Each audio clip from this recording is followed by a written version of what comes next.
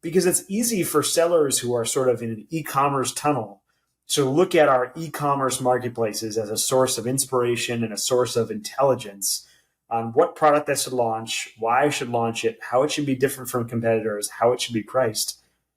But we're ignoring all these retailers that have products that are purchased on a brick and mortar basis, right? So I'll go to Walmart. Welcome to the E-com Breakthrough Podcast. Are you ready to unlock the full potential and growth in your business? You've already crossed 7 figures in sales, but the challenge is knowing how to take your business to the next level. Join Josh Hadley, an 8-figure e-com business owner and investor, as he interviews highly successful business owners. Get ready, because you're going to learn specific actions you can take today to help your business reach its full potential and leave a lasting impact on the world. Welcome to the E-com Breakthrough Podcast. I'm your host, Josh Hadley, where I interview the top business leaders in e-commerce. Past guests include Kevin King, Aaron Cordovez, and Michael E. Gerber, author of The E-Myth. Today, I am speaking with Alex Yale. He is the owner of Uncle Todd's and Flip It Cap, and we are going to be talking about how you can expand into retail, diversification of your sales channels, and why revenue is key, especially with the changing market dynamics and the unknowns with Amazon FBA and their platform. This episode is brought to you by E-com Breakthrough, where I specialize in investing in and scaling 7-figure companies to 8 figures and beyond. If you're an ambitious e-commerce entrepreneur looking for a partner who can help take your business to the next level, my team and I bring hands-on experience, strategic insights, and the resources needed to fuel your growth. So if you or someone you know is ready to scale or looking for an investment partner, reach out to me directly at josh@ecombreakthrough.com. That's ecom with 2 M's, and let's turn your dreams into reality. But today I am super excited to introduce you all to Alex Yale. Alex began his professional journey in M&A and strategy at Deloitte Consulting. Seeking new challenges, he moved into the tech sector, initially joining a small tech company that was later acquired by AT&T. He then transitioned to a partnership role at Meta, formerly Facebook, where he spent 6 years in various partnerships and sales leadership positions. After his tenure at Meta, Alex and his family relocated to Boston, where he joined Thrasio, which is the largest Amazon FBA aggregator. As the general manager of Angry Orange, Thrasio's most successful brand, he expanded the pet cleaning product line into major brick and mortar retailers such as Target, PetSmart, and Walmart. Driven by the entrepreneurial spirit, Alex eventually started his own brand, Uncle Todd's, specializing in home cleaning and maintenance products. He also acquired Flip It Cap, a former Shark Tank brand, and Alex now successfully manages both e-commerce businesses, which operate across multiple channels, including an upcoming in-store launch at Walmart. So with that introduction, welcome to the show, Alex. Thanks. Great to be here, Josh. Thanks for having me. Alex, you've got a very, I would say, a non-traditional background of a lot of the guests that I've had on the show where, you know, they started their business right after college, or they've always been an entrepreneur right out of the gate. You have a lot of, you know, quote unquote professional experience in the M&A world there at Facebook, Meta, and Thrasio as well. So I'm curious, Alex, what has all of that experience kind of led you to in terms of how you approach e-commerce now that you've decided to double down into the e-commerce space? After working with Thrasio, you're like, I'm going to do this myself. Tell me what kind of mindset you have moving forward.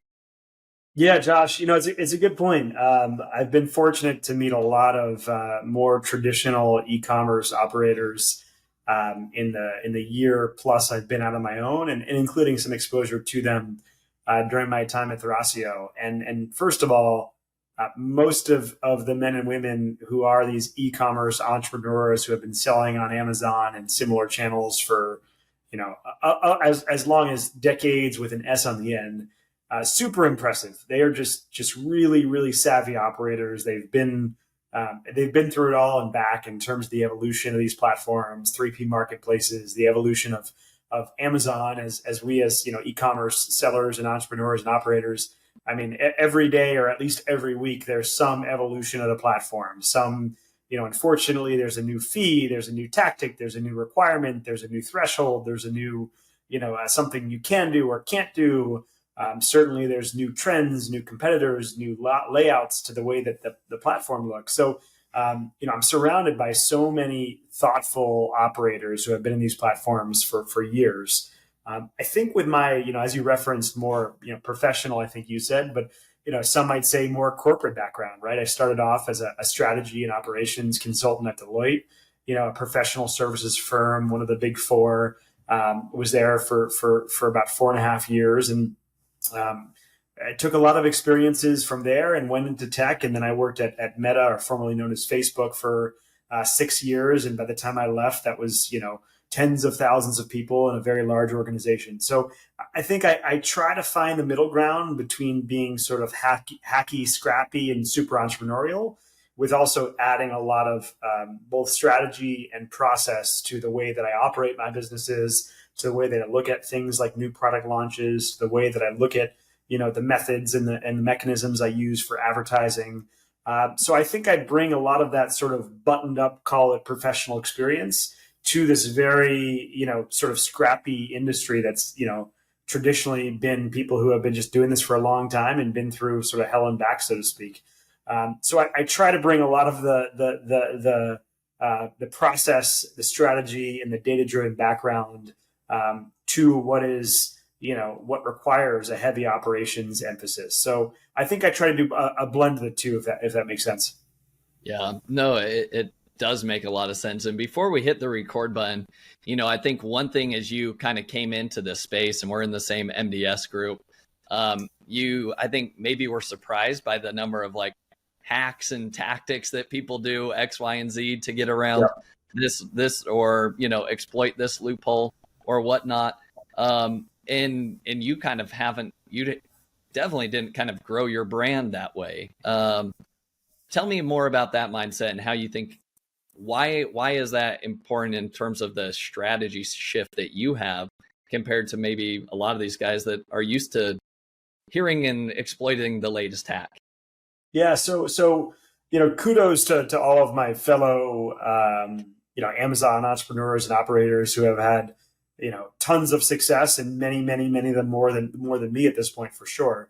And kudos to them for identifying, what tactics, loopholes, opportunities, hacks, whatever we want to call them, to drive their business, to compete with other sellers, both domestic and abroad, and then also keep pace with the challenges that the Amazon marketplace presents on, like I said, a weekly basis. I have gotten so much exposure to sort of that side of things in the past 8 to 12 months, and have learned a ton from it, and have witnessed a lot of amazing operational tactics that I'm learning from every day and trying to implement where appropriate in my business.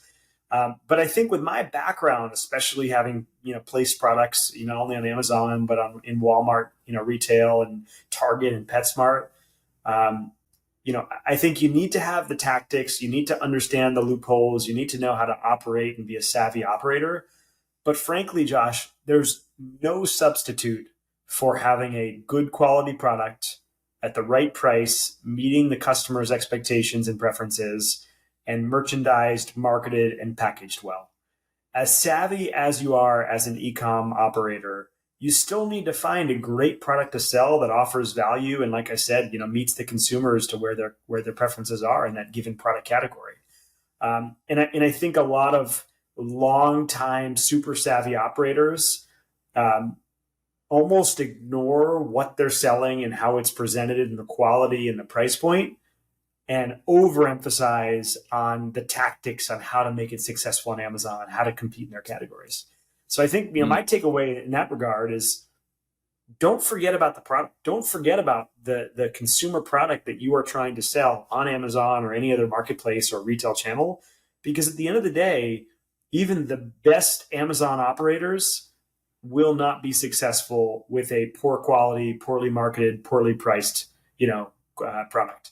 And so I think it's really a balance, right? You have to have a great product at a great price point, marketed and merchandised well, and you need to couple that with the right operational tactics and knowledge and abilities, in these marketplaces or in these channels. Yeah, I echo that sentiment 100%. One of my favorite people I've been listening to, Alex Hermosi, right? And he shares basically that same mindset, which is like, look, if you spend just an extra portion of time on your product and make it that much better, right? Imagine what happens to your business if when you acquire one customer, that other customer now will acquire another customer for you because of the word of mouth or because of how much they love the product. But that only works if you go above and beyond for the product, right? People aren't going to go, they're not going to speak word of mouth unless it's negatively for an average product, right? It's got Right. to be above and beyond. So, Alex, I'm curious with Uncle, how does that, with that being said, how does that impact the way you're approaching building Uncle Todd and your brand there? Yeah, sure. Josh, I'm going to take one quick step back and give a tangible example for how I feel like the product quality is so important and needs to be balanced with the Amazon operation. Traditionally, when Amazon was smaller and less mature than it is today, there would be a lot of tactics for things like buying positive reviews. Right, you launch a product and you use one of several sort of networks to try to get positive reviews, and obviously that boosts the credibility of your product and gets you to a 4-star, 5-star, what have you. We all know the benefit of positive reviews on Amazon. They're incredibly important. But the moment you stop, paying or trying to find hacks to get positive reviews, the real consumers around the country and around the world are going to be the judge and the jury for how good your product is. So if I launch a product and let's theoretically say I had a way of getting reviews and I got, called 20 friends and I said, hey, buy this product on Amazon, leave me a 5-star review, and they all do it. And then I've got 20 reviews and I've got 5 stars. I feel on top of the world. My product's set up for success.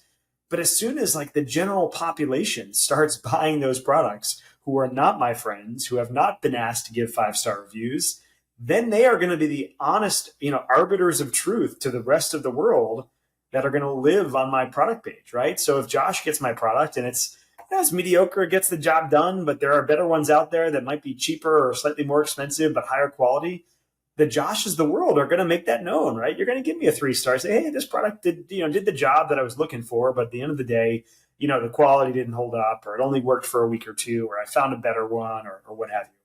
So you can prop up these success metrics by paying to do so and putting a lot of effort into it. But as your product scales and gets in the hands of more real consumers who are going to leave things like real reviews, it's all going to come out in the wash. And so you can prop up products, you can prop up reviews and ratings, but those are short-term fixes. Those are band-aids, and they're expensive ones, and they're not going to last. And so that's just an example of how important at the end of the day, the product quality and the price and the packaging is really going to be the way that you need to steer a product for long-term success. So I think you hit the nail right on the head there. Because look, there's very few ways that you can manipulate reviews at this point, and frankly speaking, like, it's just not worth it whatsoever. Like, you should stay away from reviews with the 10-foot pole on Amazon. It's just not even worth it. So, which then just comes back to, and we've seen success with this ourselves, like, if you just come out with a good product, even if you have competitors attack you. Now, I know there's a lot of black hat tactics, and I think there's some very competitive categories where, like, it's hard. You get 1,000 negative reviews overnight sometimes, right? Like, there's stuff like that happens. But in general, Amazon's trying to police that. They're trying to close those loopholes. So I think in the long term, it is like whoever has the best product, like, it will be shown correctly in terms of the reviews in the long term. So Alex, going back to that first question then, so what knowledge did you gain, especially while you were at Thrasio, managing the Angry Orange brand? You got into retail. How did that, like, what did you learn from those experiences that are now influencing your 2 brands that you're owning now? Sure. So when I first launched my first Uncle Todd's product, which is was and still is a septic tank maintenance product, I designed it from the get-go to have omni-channel appeal. So I didn't just design for the Amazon digital shelf. But I took a step forward and I said, hey, I'm just starting this company, right? Nobody knows about Uncle Todd's. Nobody's ever received a product in their hand. I've got nothing on the market. This was pre-launch, of course. But how do I make a product that I could then theoretically, if given the opportunity, go to the world's largest retailer like Walmart and pitch a product and have it be a product that they might express interest and ultimately, potentially take a gamble and bring it to retail. So when I was doing my research, or when I continue to do my research for products, for new product launches, and my first all the way to products that have launched on the roadmap or on the roadmap for launch later this year, I spend a lot of time with Amazon, right? Like any Amazon seller who wants to launch a new product in Amazon, what categories are growing? What are people buying? What are they not buying? Looking at the reviews for existing products. What are people saying about them? What do they like about them? What do they not like about them?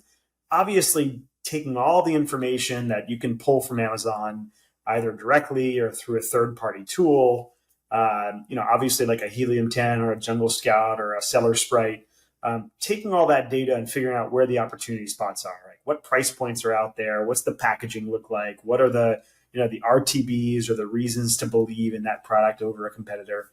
But what I also do, Josh, is I get out of my office and I go to the brick and mortar stores, because it's easy for sellers who are sort of in an e-commerce tunnel to look at our e-commerce marketplaces as a source of inspiration and a source of intelligence on what product I should launch, why I should launch it, how it should be different from competitors, how it should be priced.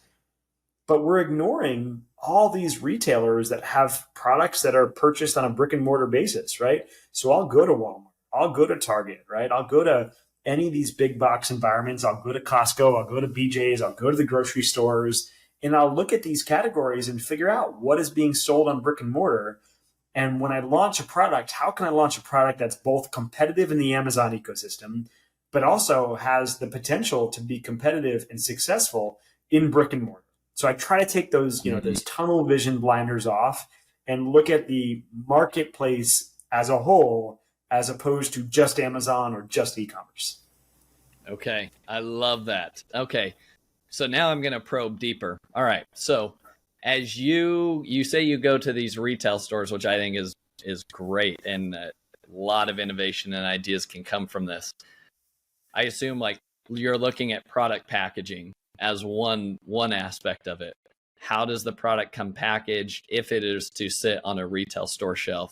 So this would be my question here, especially with Amazon increasing FBA fees and all of that. What I'm hearing from most people is like, I'm looking to try to, can I reduce my product packaging? Can I reduce the size of my product so that I can go from large standard or maybe oversized into a standard product, large to small, to save on fees? And from what I've seen in the retail world, the packaging sometimes can be a little bit more bulky, right?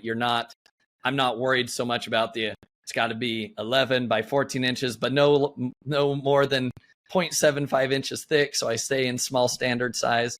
How do you weigh how do you weigh that aspect of the packaging decision for e-commerce, where it could just come in a poly bag and that's acceptable versus, do I put it in a box? Yeah. So, like I said earlier, I try to package and develop products that are, quote, retail ready. So I'd like to be able to sell the exact same product that I do on Amazon and sell it in a retail environment. So selling things in like a poly bag with an FN barcode SKU stickered on it, like, it checks the box. I feel like people get that, the Amazon package on their doorstep and they open it up and they, as long as it's the product they bought and it does what they wanted it to do, they've already made the purchasing decision. They've already bought it. It's already been shipped to their house. They're going to open up and use it for whatever the intended use is, right? When you're shopping in brick and mortar retail, you're looking at a shelf with a whole bunch of products in front of you. And most of what you're basing your decision to buy on, unless it's a product that you buy every week or every month or every 6 months, is going to come down to how it's merchandised and how it's packaged, right? That's critically important. But I still think that when people open an Amazon package that comes on their doorstep, they might be totally satisfied with a product that comes in a poly bag with an FNSKU barcode.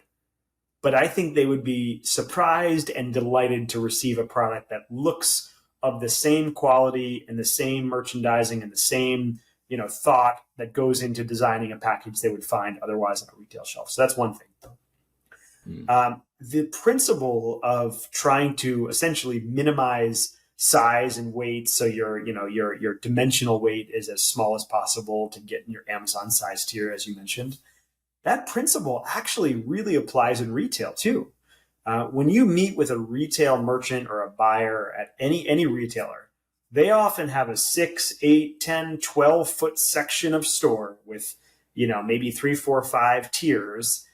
And they are measuring their performance, or their bosses or their companies are measuring their performance dollars per square foot, right?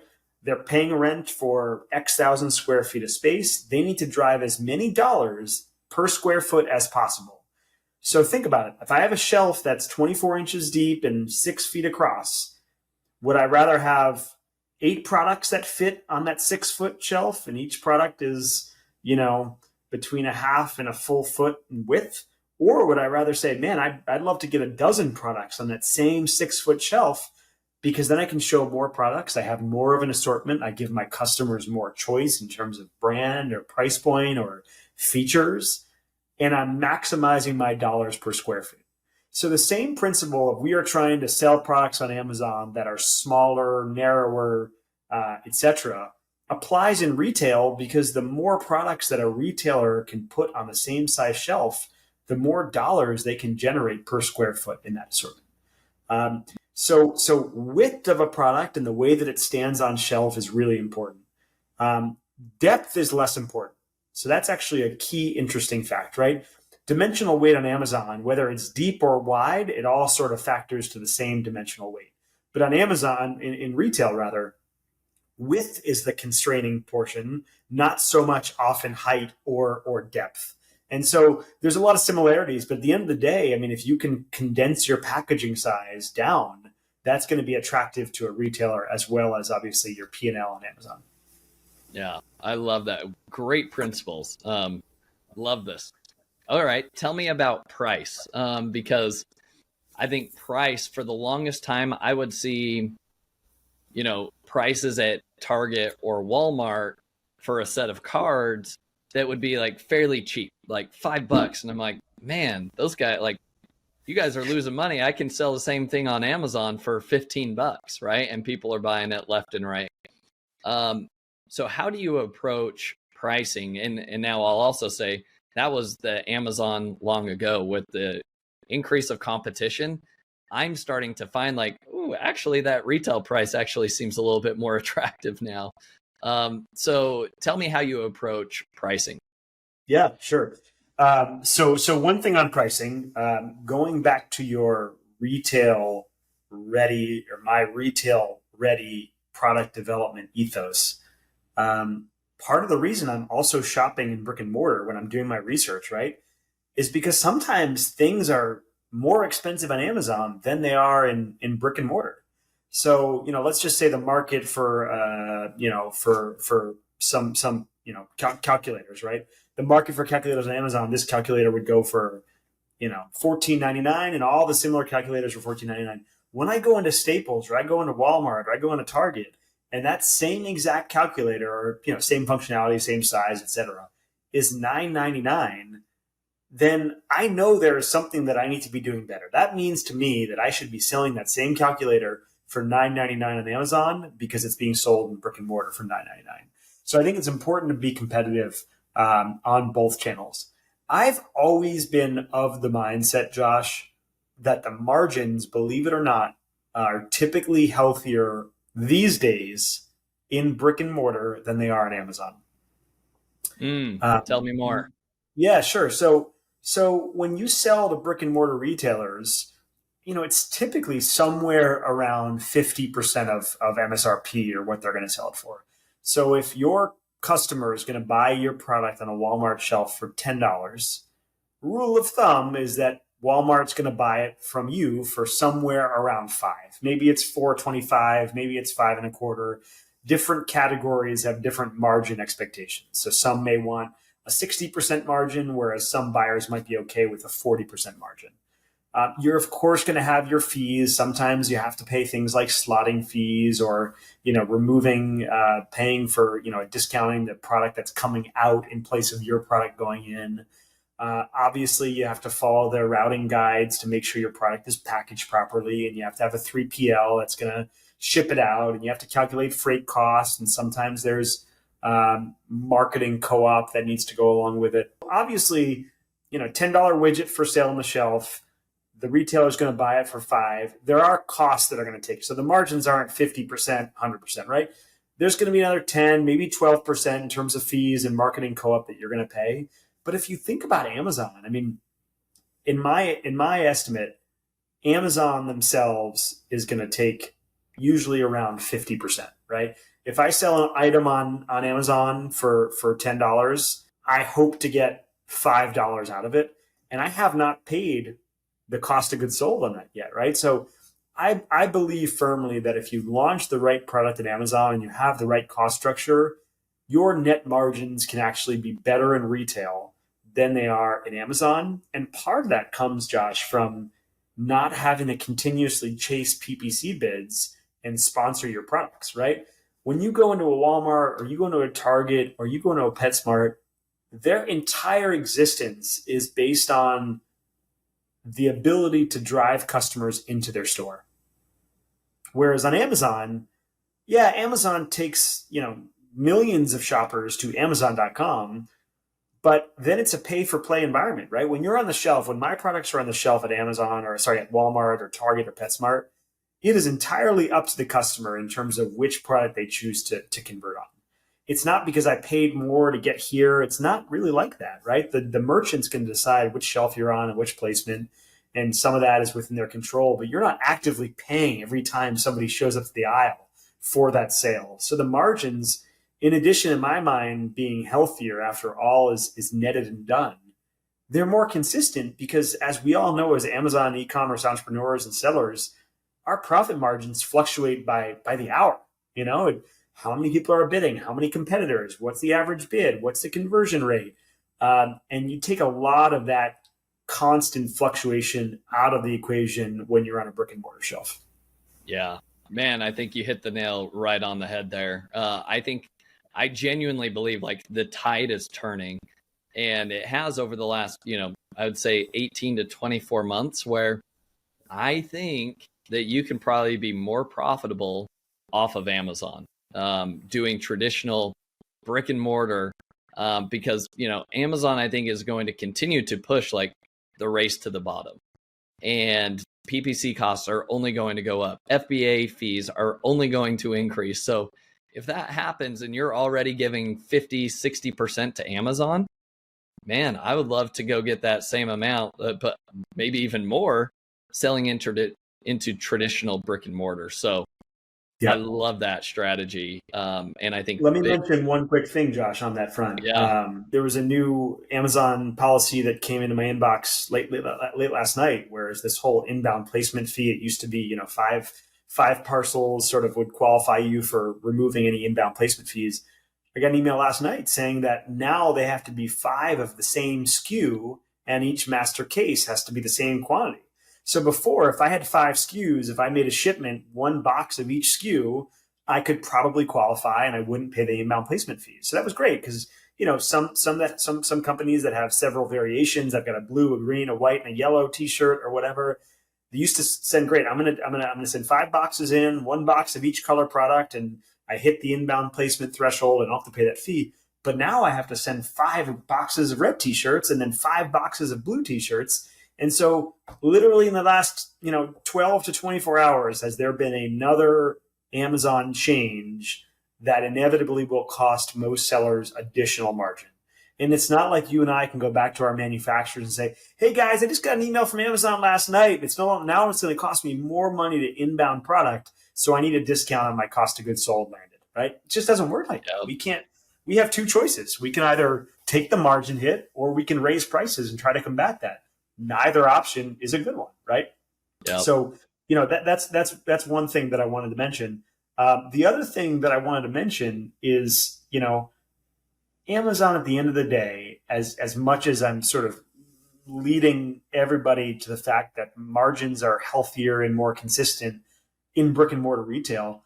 Well, there's two headwinds there, right? One headwind is that Amazon's getting bigger and bigger, and more people are shopping for more and more things on Amazon. So that's just a headwind, right? I think the pie is still shifting. Plenty of people still go into brick and mortar retail and buy plenty of things.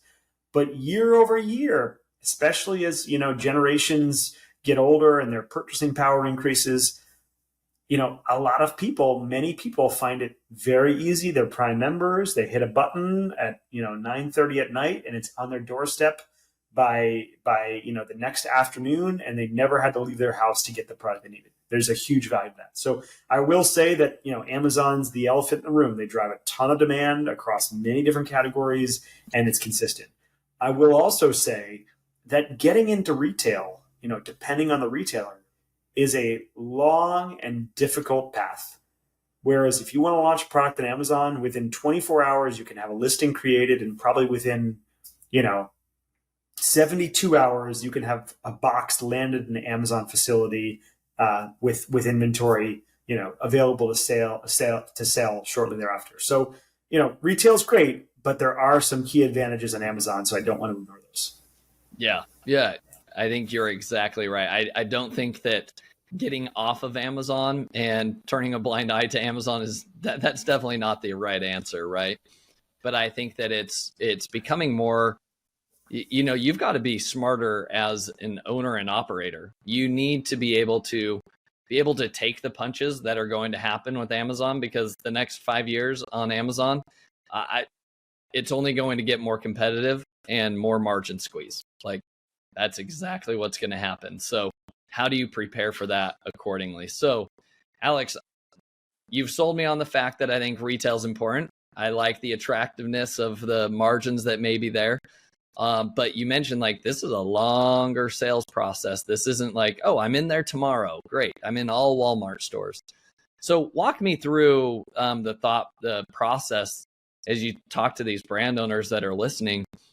How would you recommend they approach getting into retail? I think there's a big difference between big box stores versus your small boutique shops as well. So walk me through, like, and especially maybe, what are you going to do with your own brands? What is your go-to retail strategy for them? Sure.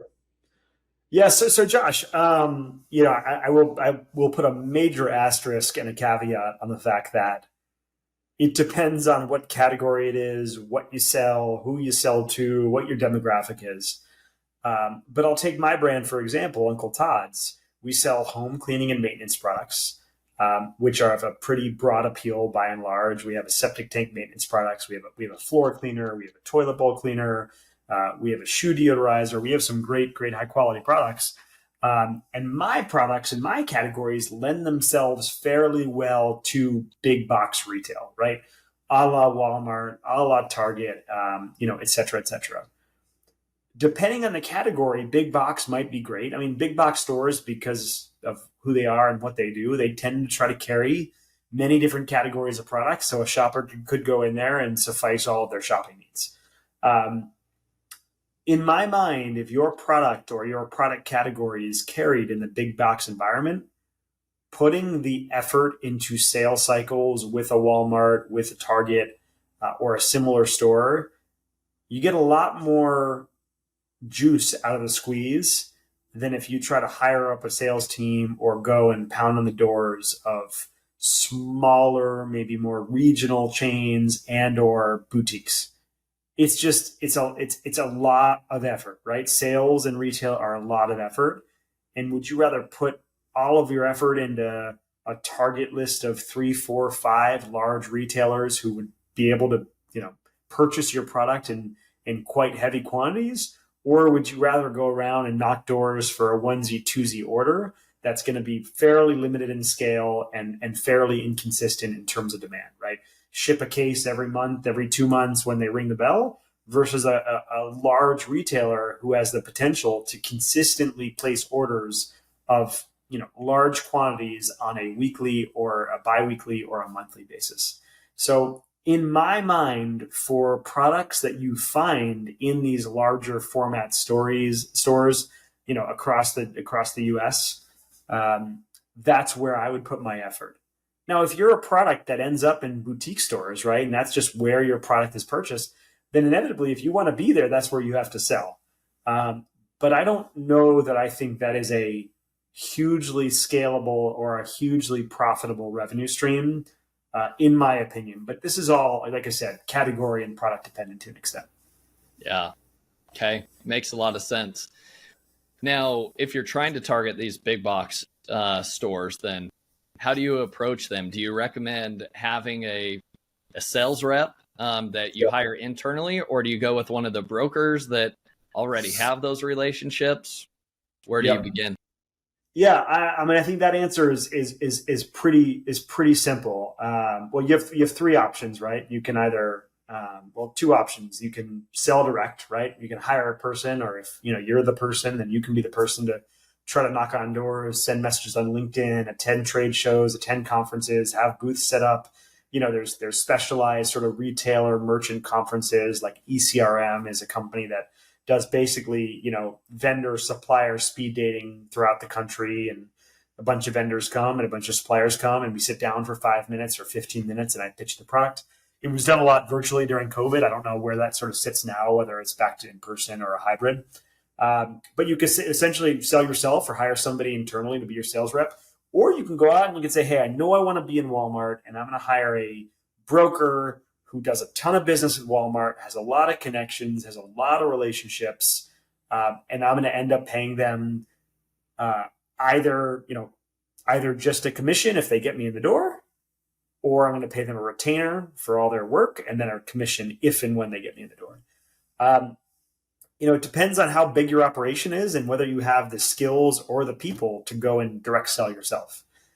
For my particular case, I did sell directly to Walmart. I did not hire a rep. And part of that was I had some relationships from past, retail experience from Angry Orange. So I leveraged my knowledge and relationships. But if you've never worked in retail before and you've never sold to a retailer, it's very complicated. There's a lot of things that need to be done. There's a lot of information you have to be prepared with. And I would recommend, unless you have somebody on your team or unless you personally have experience selling into and selling to a retailer, it's probably best to hire a rep who knows that retailer and who knows the process. To me, going direct, if you have no knowledge, is probably penny wise but pound foolish. You might think you're ahead of the game because you're avoiding commissions, but all it takes is a single chargeback from something you messed up on getting your product to that retailer to wipe out somebody's commission for 6, 12, 18 months. So in my experience, finding somebody who can rep and guide you through the process is probably money very well spent, unless you have the experience already.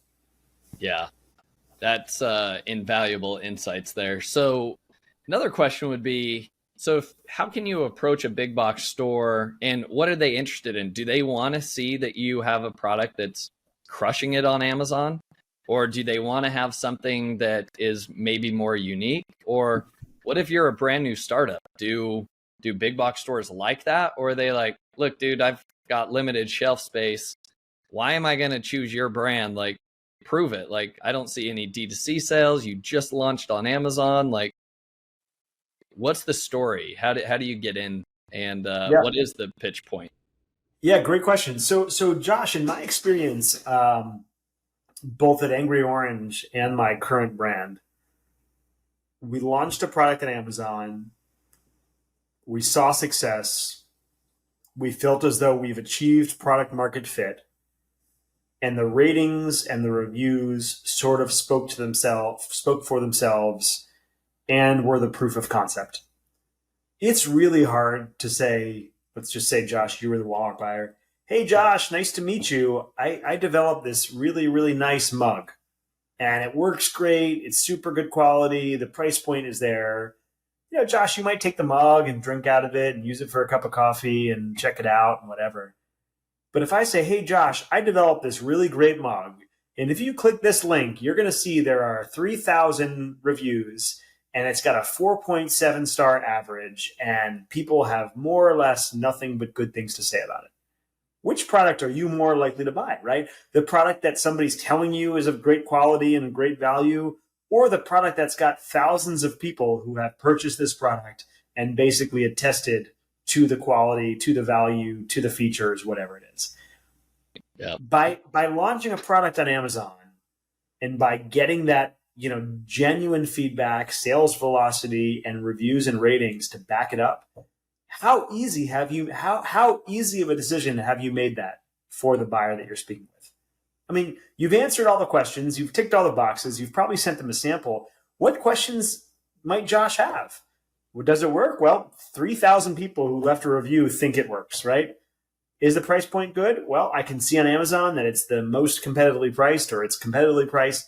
So you are taking the hardest work of a buyer out of, off their desk by having that proof of concept and that market validation through Amazon success. So my experience is launch a product on Amazon because it's quick to do so and you have a huge market, test it out, get those good feedback, get those good reviews, right?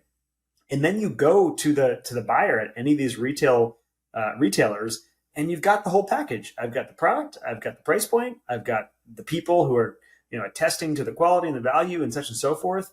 What questions are left, right? And cherry on top is here's my product compared to the competitors you have on your shelf already, and here's how my product is better, cheaper, et cetera, et cetera.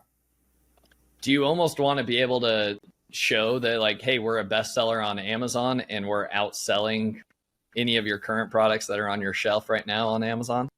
Yeah, 100%. I mean, certainly the former, right? I'm not shy about saying, hey, Mr. or Mrs. Buyer, here's my link on Amazon for this product so you can, and they'll do that on their own. You don't have to give them the link. They're going to go to Amazon. The first thing they're going to do is go to Amazon and look up the product, right? And you don't need to, be coy or shy away from it, even if they're Walmart and there's this rivalry between them. There's no question that Amazon's a giant e-commerce marketplace that has a lot of demand, right? So send them the link, provide it to them, be very upfront, show them the validation. And then, you could compare it to their current assortment and say, hey, I'm outselling all of your brands 5-1 on Amazon. The only caveat to that, Josh, is because Walmart has been around for so long, or Target has been around for so long, there are just some products that sell better or more in brick and mortar than they do in e-commerce. So you have to be a little bit careful about saying, hey, I'm outselling your current assortment 5-1 for every product, because they may be seeing, exponentially greater sales on their shelf than you're seeing on Amazon. I think the smarter approach is to say, hey, here's my product, here's why it's great, here are the reviews and the ratings and the sales velocity to back it up. And instead say, and here's why my product is going to drive more value and benefit to your customer. As opposed to saying I'm outselling them, just saying, hey, here's my product, it's great, and we offer this feature, this feature, this feature, and our price is 10% lower than the current assortment you have. That's great. I love that. And I think it truly shifts like your entire mindset in the way you approach this business. It's kind of like launch on Amazon first, give it the proof of concept, but have a competitive enough product that you could then move it into retail. So I love that. Alex, is there anything that you haven't touched on that you think our listeners should know if they're interested in getting into retail? Yeah, no, I think, again, I will just recap the importance of a good quality product priced well and providing, features and benefits that are going to surprise and delight a customer, right? No amount of salesmanship, no amount of gamesmanship, no amount of, operational prowess is going to overcome the need for a good quality performing product at a good price point, packaged and marketed well. So don't forget that about the foundation, whether it's Amazon, whether it's Walmart, whether it's Target, whether it's a specialty retailer like a PetSmart or a Petco. The product needs to be there. And if it's not there, you might pull wool over somebody's eyes, whether it's an individual consumer or even, a buyer, but it's all going to come out in the wash. I'll also say that getting on the shelf is one thing. It's time consuming. It's difficult. It could be expensive at times. There's a steep learning curve. But Josh, staying on the shelf is equally or as potentially even harder, right? So just making sure that once you're on that shelf, you're not sitting there being like, all right, I'm on the shelf. Now I can just, take the pedal off the gas. You always need to keep up with, what are competitors doing? Where is the market evolving? What's the innovation in the space? You just need to continue evolving your product to keep up with, the buyer, the consumer's expectations. Because in retail or in Amazon, you can't just launch a great product and say, my job here is done and hope that ATM machine just sort of generates cash. Because at some point, if you're not abreast of market changes, customer expectations, competitors, you can very quickly fall off that throne and it can be a rude awakening. Yeah. Alex, you have dropped some knowledge bombs on us today, and I took down a lot of personal notes here. So this has been an awesome episode. I love to leave the audience with 3 actionable takeaways from every show. So here are the 3 actionable takeaways that I noted. Alex, let me know if you feel like I'm missing something. Okay. Action item number 1 is you've got to come out with an amazing product.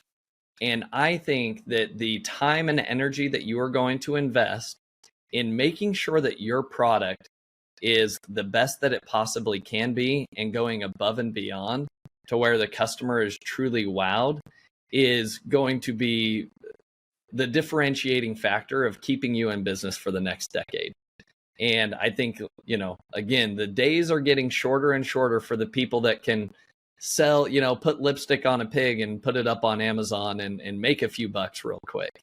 And, that's a harder business strategy. So it may require some more upfront investment and cost, but take the time to put together an amazing product. Action item number 2 is doubling. Josh, I want to pause you on that one. Yeah. I think if you can't outcompete on quality or features, you better outcompete on price or merchandising. So you maybe sometimes you can't develop a product that's way better or way cheaper or way prettier, right? But you have to at least hit on one of those. Otherwise, you're not going to win, right? So you either have to have a far superior product and or be priced better and or be merchandised and marketed better. If you don't have any of those 3, you're wasting your time. What do you mean by merchandising and marketing from that aspect? Presentation, right? Photos, listing quality, videos, the packaging quality. Does it good? Does it look authentic? Does it look genuine? Does the feel and look of the product match the price that somebody's paying? I don't want to buy something for $100 that shows up in a poly bag with an FM basket. I'll just feel like I spent a lot of money on a low quality product. So, I think that is important. Yeah, really good addition there. So yeah, action item number 2 is going to be when you do go for your product development, go to the brick and mortar stores. Go take a look and see what is sitting on the store shelves right now to be inspired, see what the product packaging looks like. And I love what your approach, I think, is very different from 99% of the Amazon entrepreneurs that started in this game, which is you're looking to create a product that I don't need to make any changes to the packaging or anything. If I get a PO from Walmart tomorrow, it's the same inventory and it goes all in. So I think that looking at the price, looking at the packaging, looking at how the product is merchandised, as you mentioned, I think is an invaluable concept to add to your new product development strategy. And then last but not least, the third action item is I think people should have that type of mindset shift where I still think launching on Amazon is priority number 1, right? You've got to succeed there in order to be able to have that argument or to have that case study to bring to big box stores to say hey, we're winning here. We really believe we could drive additional traffic to your store, offer customers a better experience. Because again, for the big box stores, it's what's in it for them, right? Is there more margin in it for them? Can they, are you bringing off Amazon or not even off Amazon traffic, but do you have marketing campaigns that are maybe even driving those people to those stores, right?